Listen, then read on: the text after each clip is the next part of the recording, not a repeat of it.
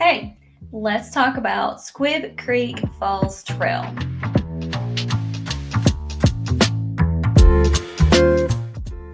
I'm Tiffany Watts, a local realtor here in Northeast Tennessee with Keller Realty, Johnson City.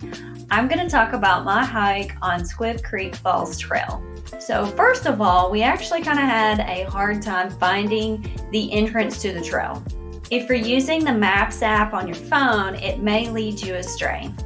I had originally just put in Squibb Creek Falls into my GPS and it just brought me to some random dead-end street. Horse Creek Park Road is what you're going to want to put into your GPS to help you find it if you need to use one. So eventually that road that you're on will end at a parking lot. And now that parking lot is where you're going to want to park. Now that road continues a little bit, but it's no longer paved. At this point now, it's just a gravel road. Now you'll want to walk that gravel and dirt road for just a little bit before you cross this bridge that's on the left side.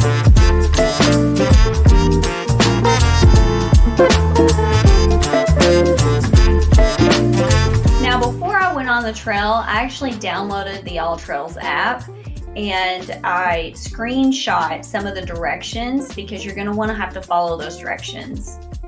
But be sure to take that screenshot so you have some pictures on your phone, because chances are you might lose cell signal while you're on the trail, and that way you don't have to worry about loading the app anymore. You can just look at your pictures. But anyway, eventually you'll pass this cabin building that has like this triangular roof on your right. And then at some point, if you come up on a sign that says Turkey Pen Cove, then you know you've gone too far and you need to backtrack a little bit because you missed your turn. And I did see that sign and have to turn around. And then from that point, the trail is a lot of uphill with a lot of creek crossings.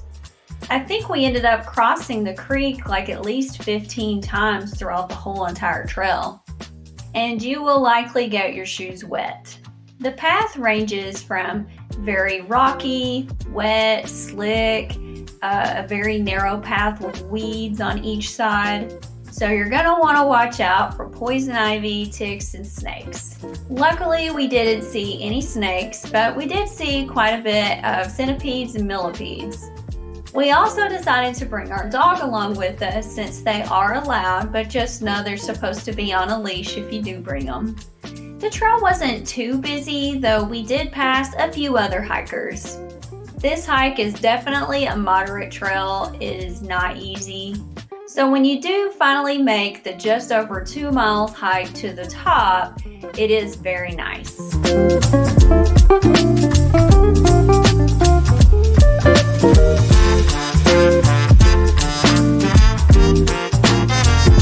The waterfall is much smaller in comparison to, say, Margaret Falls, and the trail is actually about twice as long.